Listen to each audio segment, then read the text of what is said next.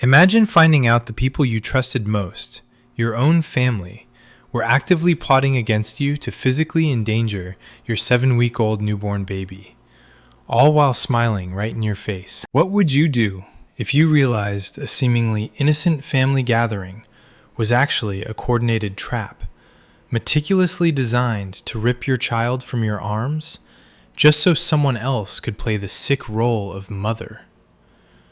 I used to think I was just being overly sensitive, a paranoid first-time mom dealing with postpartum hormones. I used to think the weird looks, the passive-aggressive comments, and the constant boundary stomping were just normal, everyday in-law quirks. But when the truth finally unraveled in the dead of night, leaving me shaking and crying over my sleeping infant, I realized exactly how twisted my husband's family really was. And the horrifying part, it went so much deeper than just a painful, scratchy outfit. It was a pattern of delusion that put my baby in actual danger. The house was completely silent, save for the low, rhythmic hum of the white noise machine in the nursery. It was 3 a.m, the kind of deep, isolating hour of the night where every thought in your head feels magnified 100 times over. I was sitting in the dim glow of a small nightlight, staring down at my 7-week-old baby. She was finally asleep, her tiny chest rising and falling in soft, delicate breaths. But every time I looked at her, my heart physically ached. I couldn't stop thinking about the red, irritated marks left on her fragile, newborn skin. I couldn't stop replaying the chaotic, infuriating events of that day, feeling an overwhelming tidal wave of guilt, anger, and fierce maternal protectiveness crashing over me. I held my phone in my trembling hands. My screen was glowing with hundreds of comments from absolute strangers on the internet. Earlier, in a moment of pure desperation and self-doubt, I had poured my heart out online, detailing the nightmare of what my sister-in-law had done, snatching my baby the second I turned my back, stripping her out of her comfortable clothes, and forcing her into a stiff, scratchy tulle dress that she knew I absolutely despised. All so she could parade around, acting like she was the mother. People had responded in droves, and reading their words, for the first time in what felt like forever, I didn't feel crazy. I felt seen. I felt validated. I spent hours taking screenshots of the most insightful, eye-opening comments. The ones that didn't just support me, but the ones that pointed out the deeply unsettling psychological dynamics at play. The comments that warned me this wasn't just a mistake, but a calculated power play. I quietly slipped out of the nursery, leaving the door cracked just enough to hear if my baby stirred, and walked down the dark hallway to the living room. My husband was sitting on the couch, staring blankly at the dark television screen. He looked just as exhausted, just as emotionally drained as I was. We had both been running on fumes, caught in this agonizing limbo of loving his family, but feeling a profound, sickening sense of betrayal. I sat down next to him, the cool leather of the couch a sharp contrast to the burning heat in my chest. Without saying a word, I unlocked my phone, opened the photo gallery, and handed it to him. "Read these," I whispered, my voice thick with unshed tears. He took the phone. For the next hour, the only sound in the room was the soft swipe of his thumb against the glass screen. I watched his face in the dim light. I watched his brow furrow, his jaw tighten, and his eyes widen as the words of hundreds of strangers pierced through the fog of familial obligation. He was reading the raw, unfiltered truth about his sister's behavior. We ended up staying awake the entire night. Half of that time was spent soothing our baby when she woke up fussy, still unsettled from the trauma of the day. And the other half was spent talking, really talking, stripping away all the excuses we had spent years making for his relatives. But then, my husband let out a heavy, ragged sigh. He put the phone down on the coffee table and leaned forward, resting his face in his hands. When he finally looked up at me, his eyes were filled with a mixture of profound guilt and burning anger. "There's something else," he said, his voice dropping to a low, tight whisper. "Something I didn't put together until right now. Reading these comments, It just clicked. My stomach plummeted. The air in the room suddenly felt incredibly heavy. "What do you mean?" I asked, bracing myself for whatever was about to come out of his mouth. He took a deep breath. "My mother. She was in on it." I stared at him, my brain struggling to process the words. My mother-in-law? The woman who had been smiling at me, offering me drinks, playing the role of the gracious hostess? "Think about it," my husband continued, the realization pouring out of him like a dam breaking. "When we were at the house, the exact second you stood up to go to the bathroom, I saw my sister immediately stand up too. I saw her lock eyes on the baby. My gut told me something was off, so I started walking across the room to intercept her, to grab our daughter before she could." He paused, swallowing hard, the memory clearly making him sick to his stomach. "But before I could take 3 steps, he said, my mom suddenly stepped right into my path, out of nowhere. She physically blocked me, grabbed my arm, and loudly demanded that I help her move that heavy oak console table in the hallway. She claimed she needed to vacuum behind it right that very second. It made no sense at the time. We were in the middle of a family gathering, but she was so insistent, so loud, creating this massive distraction." The pieces fell into place with terrifying precision. A cold chill washed over my entire body. It wasn't just my sister-in-law acting out on a bizarre, impulsive whim. It was a trap. A deliberate, premeditated ambush. While my mother-in-law forcefully pinned my husband down with a fabricated chore, keeping his back turned and his attention divided, my sister-in-law was given the perfect, uninterrupted window to swoop in. She had planned this. They had planned this together. It made me feel physically ill. The level of manipulation was staggering. Why would a grandmother actively conspire to help her daughter undermine the actual mother of her grandchild? But as we sat there in the dark, dissecting the toxic dynamics of his family tree, the answer became glaringly, painfully obvious. My husband's brother, the sister-in-law's husband, is the golden child of the family. He has always been the favorite. Spoiled rotten, never told no, completely shielded from any consequences his entire life. And by extension, his wife, my sister-in-law, had absorbed that exact same golden, untouchable status. In my mother-in-law's eyes, whatever the golden couple wanted, the golden couple got. If my sister-in-law wanted to play dress-up with my real, living, breathing, fragile newborn baby, then my mother-in-law was going to move heaven and earth to make sure she got to do it, completely disregarding my boundaries, my rules, and my baby's physical comfort. The betrayal ran so incredibly deep. I wasn't just fighting off an overbearing sister-in-law. I was up against a united front of delusion. That terrifying revelation about my mother-in-law completely shattered whatever remaining fragments of trust I had left.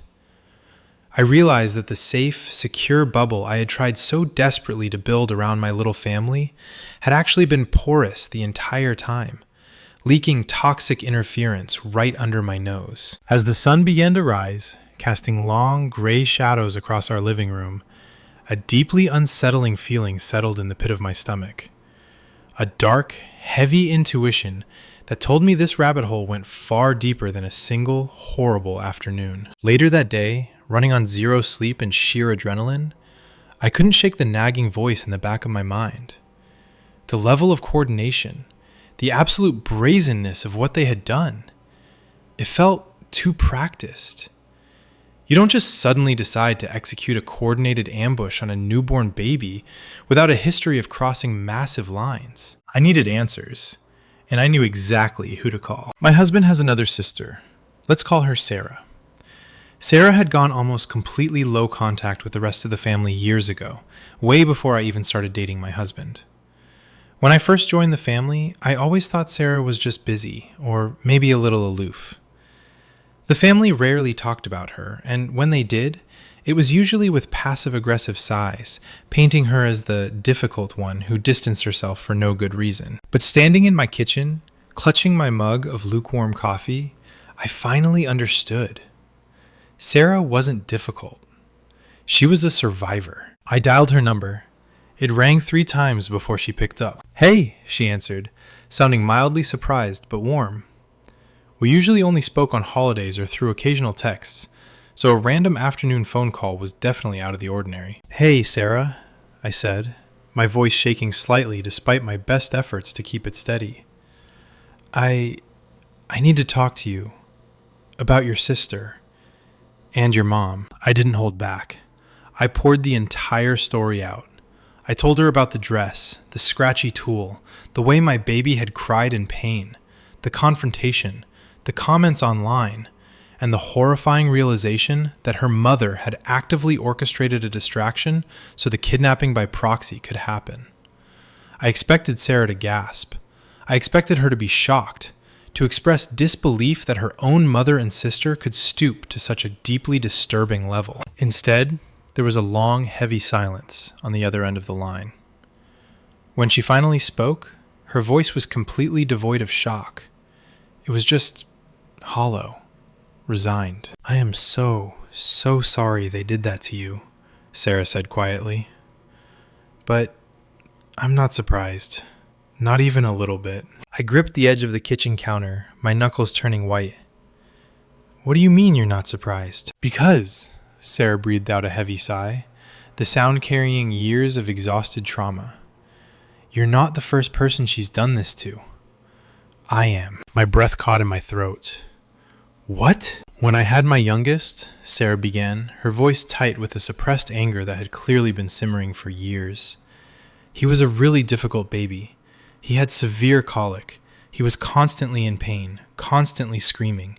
And as a mother, I was losing my mind trying to figure out how to help him. I was breastfeeding, and I realized his stomach issues were tied to my diet.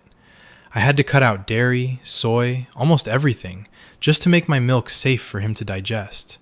It was exhausting, but it was working." She paused, and I could hear her swallowing hard. "I explicitly told the family about his condition," Sarah continued.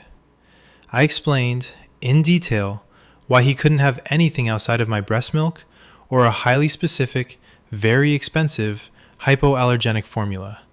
Everyone knew. It wasn't a secret. My sister knew." I felt the blood drain from my face as I anticipated where this story was going. "Sarah, what did she do?" "We were at a family dinner at my mom's house," Sarah said, the memory clearly vivid and painful. "I had left the baby in his bassinet in the guest room while I went to the kitchen to help clean up. I was gone for maybe 10 minutes. When I came back, my sister was sitting in the rocking chair, feeding my baby a bottle." "Oh my God," I whispered, horror washing over me. I rushed over, thinking maybe my husband had left a bottle of my pumped milk out and she was just trying to help, Sarah said, her voice trembling now. "But the milk looked wrong. It looked too thick." I grabbed the bottle from her hands and smelled it. It was regular, standard, dairy-based formula. The exact kind I had specifically banned. The exact kind that made his intestines bleed. I felt physically sick. Why would she do that?" "Because she thinks she knows better," Sarah practically spat out, the old fury flaring up. I started screaming at her, asking her what she was thinking. And do you know what she told me? With this smug, condescending little smile, she looked me dead in the eye and said, "You're just starving him. Breast milk isn't enough. He's crying because he's hungry, and real mothers know that formula makes them sleep better. I'm just fixing your mistake." I was speechless. The sheer arrogance, the absolute pathological narcissism to look at a mother managing a medical condition and completely override her because she wanted to play the hero, the real mommy. "My son was violently ill for 3 days, Sarah continued, her voice breaking. "He screamed in agony. His stomach was bloated. He couldn't sleep. We almost had to take him to the ER. And when I confronted my mother about it, my mom defended her. My mom said I was overreacting, that her sister just loved the baby so much and wanted to bond. That was the day I packed my bags, walked out of that house, and decided I was done. I went low contact because I realized they don't see our children as people. They see them as accessories for my sister's delusions." We both sat in silence on the phone for a long time. The gravity of her words hung in the air like an executioner's blade. We both realized the exact same terrifying truth. My sister-in-law has a severe, deeply ingrained psychological problem with listening to the actual mother of a child. She views any boundary, any rule, any medical instruction, not as a guideline to keep the baby safe, but as a personal challenge. If a mother says, "Don't do this," she goes out of her way to do the exact opposite, just to prove that she is the superior maternal figure. She acts as if she possesses some higher, divine knowledge, completely disregarding the actual health and safety of the infant. Hanging up the phone with Sarah, the last lingering shred of doubt I had evaporated into thin air. I wasn't dealing with a misunderstood aunt. I was dealing with a woman who had a history of physically harming infants to satisfy her own twisted ego, enabled by a mother who covered her tracks. The decision was no longer a question. It was a matter of survival. When I told my husband about my conversation with Sarah, the color completely drained from his face. He actually had to sit down. He knew his younger nephew had been sick years ago, and he knew Sarah had stopped coming around as much shortly after that, but he had never known the true, horrifying reason why. His mother and sister had spun a completely different narrative to the rest of the family. They had claimed Sarah was just stressed, postpartum, and pushing everyone away. They completely buried the fact that his sister had deliberately poisoned an infant with an allergen, just to prove a point. Watching the realization wash over my husband was heartbreaking. It's one thing to realize your family is toxic. It's an entirely different, gut-wrenching experience to realize they are actively dangerous and have been for years. He put his head in his hands, his shoulders shaking with a mixture of overwhelming grief and blinding rage. All the pieces of the puzzle that never quite fit together suddenly locked into place, forming a picture so ugly and distorted that we couldn't look away. "We're done," he said quietly, but the quietness in his voice wasn't weak. It was the chilling, absolute calm of a man who has reached his absolute limit. He looked up at me, his eyes hard as stone. "I'm not letting them anywhere near my daughter, ever again." It was right then and there, armed with Sarah's harrowing truth and the overwhelming support from the hundreds of comments I had read online, that we made the final, terrifying decision. We were going to cut contact. Completely. Not just a timeout. Not just, we need space. We were completely severing the cord with his mother, his sister, and the golden child brother. The only person in his entire family we were keeping in our lives was Sarah. And we didn't just want to block their numbers. We wanted physical distance. The thought of them knowing where we lived, knowing what car we drove, knowing the route I took to walk the baby, it made my skin crawl. The paranoia had already set in. I found myself triple checking the locks on our front door.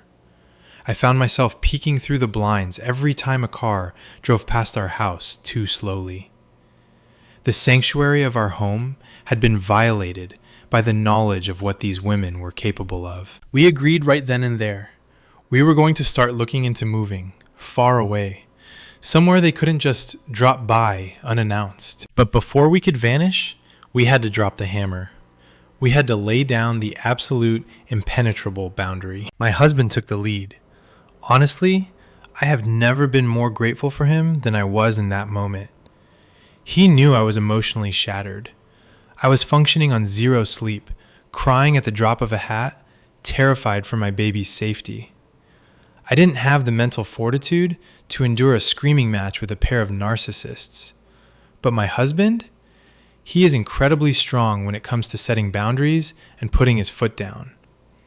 Plus, as he pointed out, this was his family. It was his circus, his monkeys.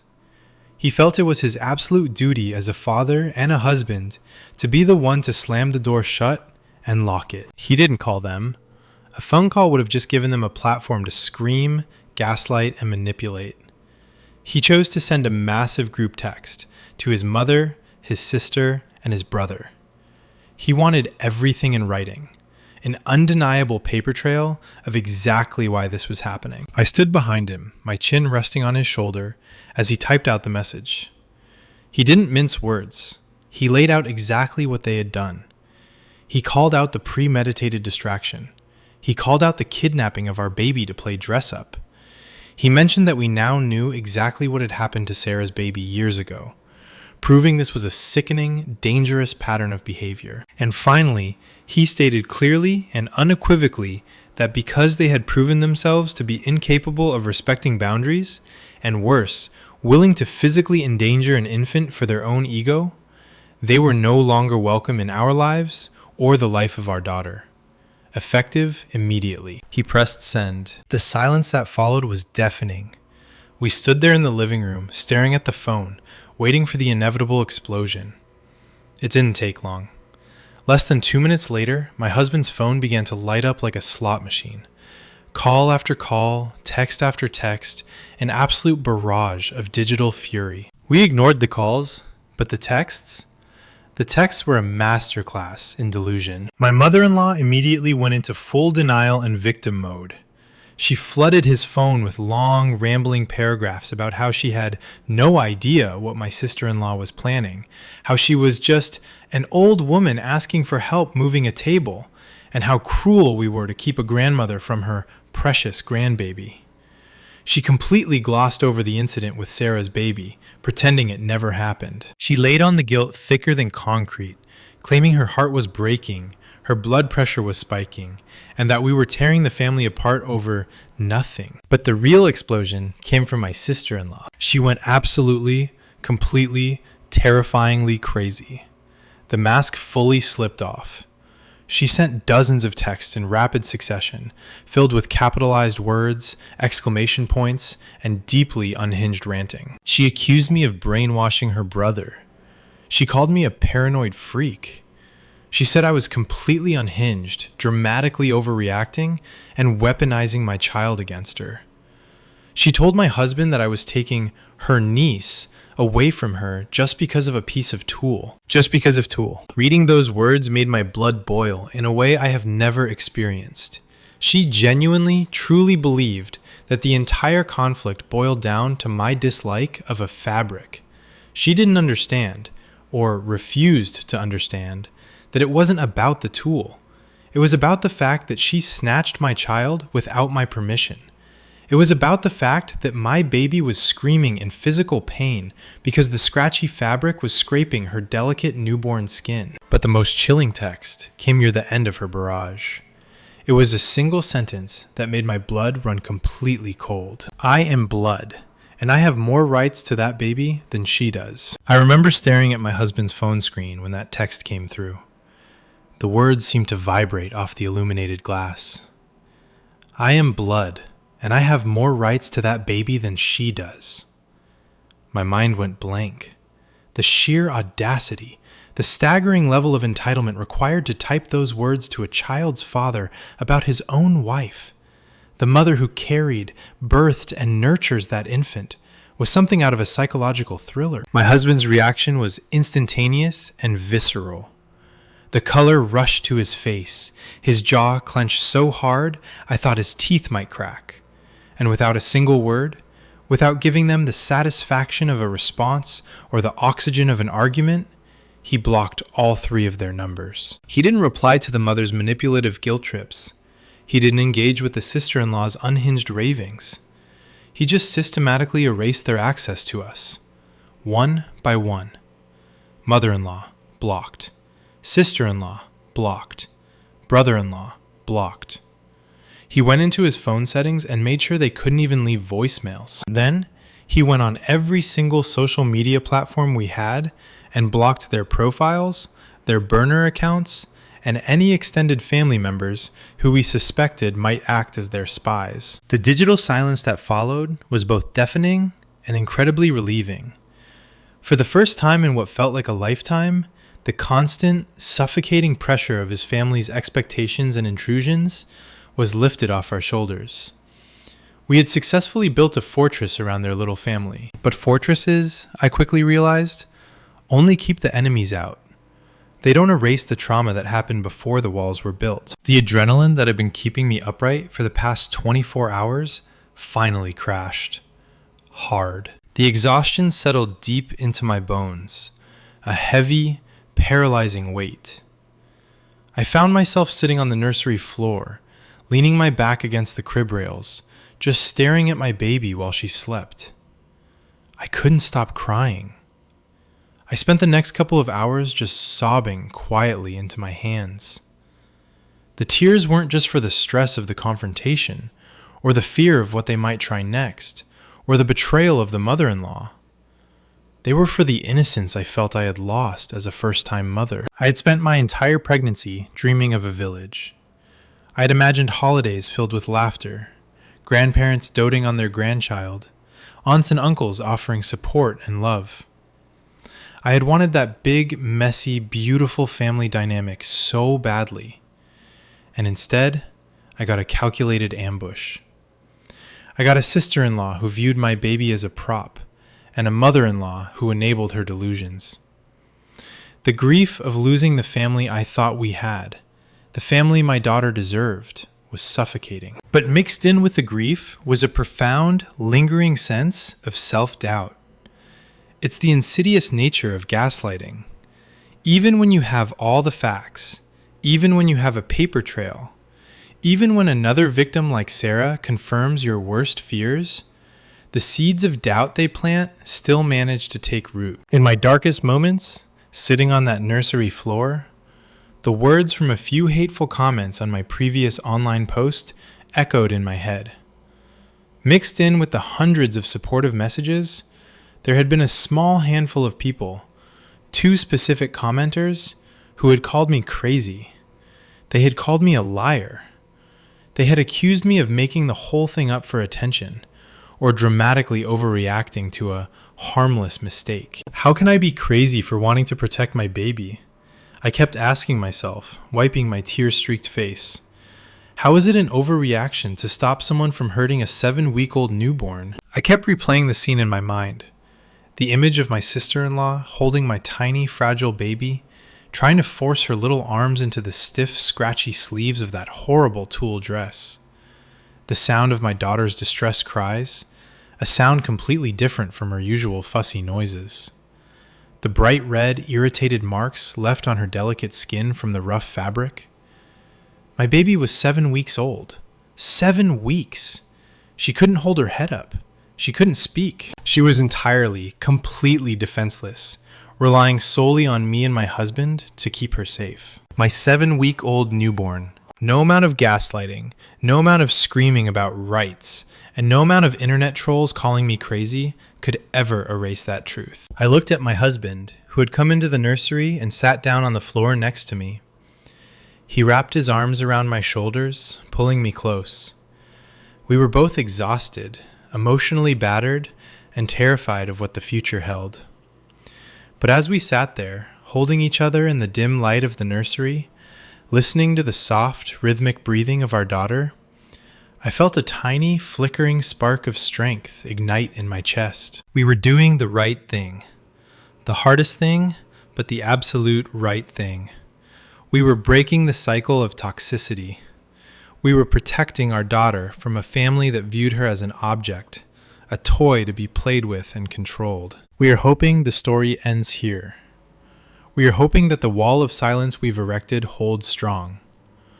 We are actively looking at real estate listings hundreds of miles away, hoping to move as soon as humanly possible, completely untraceable, completely free from their shadow. But a part of me, the part that has been fundamentally changed by this nightmare, knows that narcissistic entitlement doesn't just evaporate overnight. I don't know if I still want to update if something else happens. I am so tired of fighting. I am so tired of defending my right to be a mother. I just want to focus on my husband, my baby, and finding our new, safe home. But I also know that sharing my story, finding that validation from strangers, and connecting with Sarah gave me the strength to finally pull the plug. It made me realize that as mothers, as parents, our first and only duty is to the tiny, fragile lives entrusted to us. Not to the fragile egos of extended family members. Not to the societal expectations of keeping the peace. If someone crosses a line that jeopardizes the safety or well-being of your child, you don't politely ask them to step back. You build a wall. You burn the bridge. You do whatever it takes to ensure they never get the chance to cross that line again. What would you have done if you were in my shoes? If you found out your mother-in-law and sister-in-law coordinated an ambush just to play dress-up with your newborn behind your back, would you have cut contact immediately or tried to set boundaries first? Let me know your thoughts in the comments below. I'd really appreciate hearing different perspectives. And if you found this story compelling, make sure to subscribe to the channel for more real-life stories like this one.